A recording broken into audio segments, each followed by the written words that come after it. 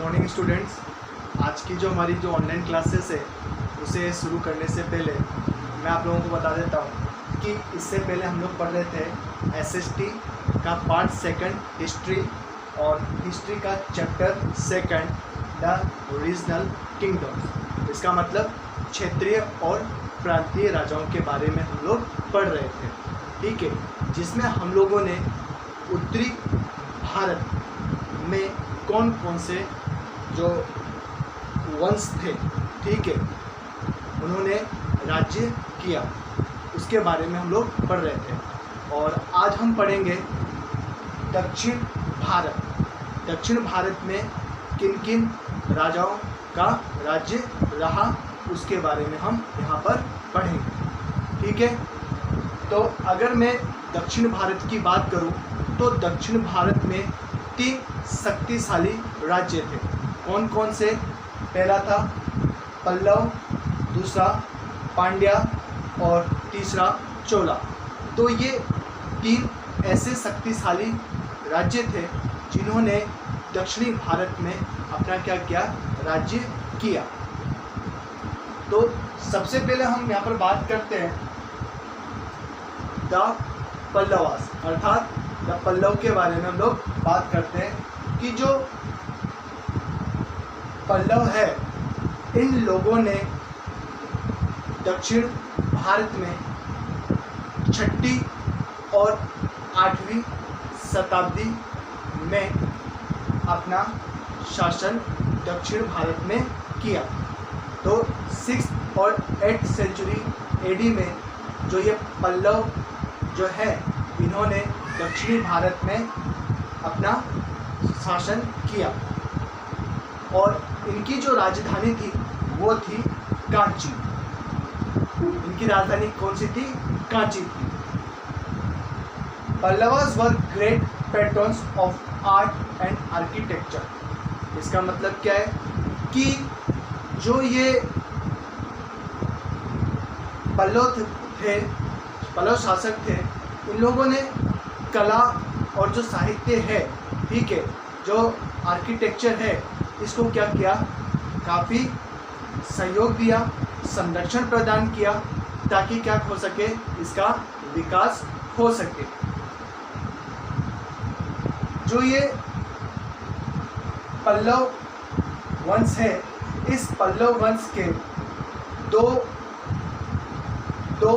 शक्तिशाली शासक थे, ठीक है। तो पल्लव वंश के 2 सबसे शक्तिशाली शासक कौन थे? महेंद्र वर्मन और नरसिम्हा वर्मन। ये दोनों काफ़ी क्या थे? शक्तिशाली थे, ठीक है। और इन्हीं के कारण इनके राज्य का क्या हुआ था? विस्तार भी हुआ था। और पल्लव वंश के जो शासक थे इन्होंने महाबलीपुरम और कैलाशनाथ टेम्पल का निर्माण करवाया था, जो कि कहाँ पर है? कांची में स्थित है, ठीक है। तो इन्होंने कौन से टेम्पल का निर्माण किया? महाबलीपुरम और कैलाशनाथ मंदिर का निर्माण करवाया था।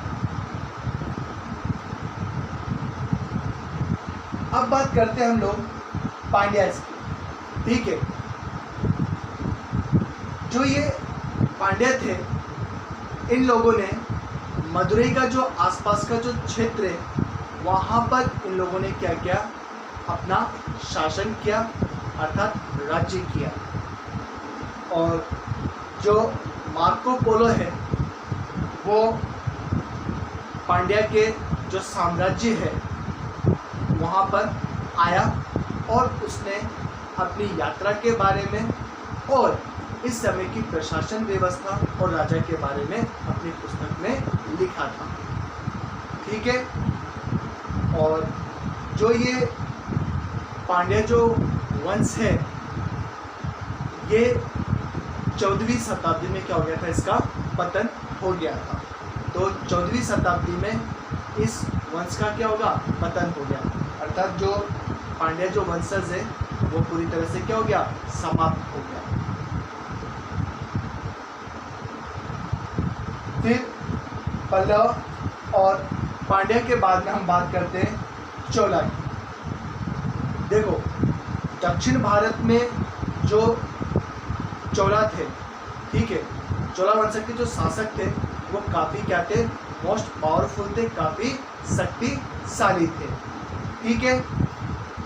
और इसी के कारण इन्हें सूर्यवंशी चोला भी कहा जाता है। क्या कहा जाता है? चोला को सूर्यवंशी चोला भी कहा जाता है। इन लोगों ने लगभग दक्षिण भारत में 400 साल तक राज्य किया। कब तक राज्य किया?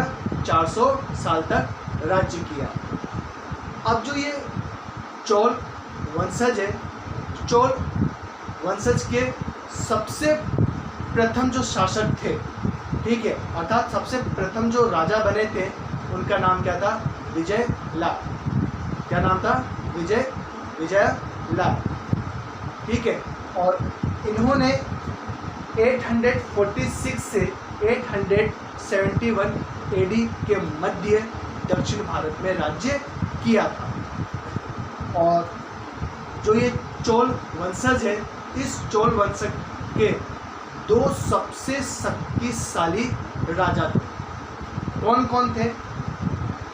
पहला राजा चोला, जिन्होंने 985 से 1016 तक राज्य किया दक्षिण भारत में। और साथ ही साथ में जो राजेंद्र चोला जो है, एक 1016 से 1044 एडी तक इन्होंने दक्षिण भारत में राज्य किया। तो इस तरह से ये चोला वंश के 2 सबसे शक्तिशाली क्या थे? राजा हुए, या फिर हम कह सकते हैं शासक थे, ठीक है। तो इस तरह से आज हम लोगों ने साउथ इंडिया अर्थात दक्षिण भारत के 3 सबसे शक्तिशाली राज्यों के बारे में हम लोगों ने पढ़ा। कौन कौन सा? पल्लव, पांड्या और चोला के बारे में पढ़ा, ठीक है। तो इनमें से सबसे मोस्ट पावरफुल कौन था? चोला, ठीक है।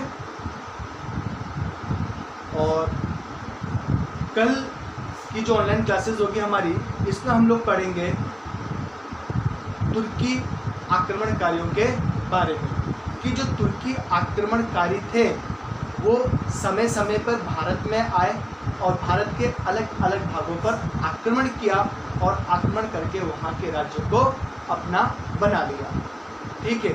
जिसमें से मोहम्मद गौरी और महमूद गजनवी आदि जो हैं, उनके बारे में हम लोग पढ़ेंगे कि किस तरह से ये लोग भारत में आए और यहाँ के जो शासक हैं उनसे युद्ध करके इनको किस तरह से परास्त किया। और साथ ही साथ में कि इनका आने का कारण क्या था और हमारे जो शासक थे, ठीक है, हमारे भारत के जो शासक थे ये इनसे जीत क्यों नहीं पाए, इसके बारे में हम पढ़ेंगे, ठीक है।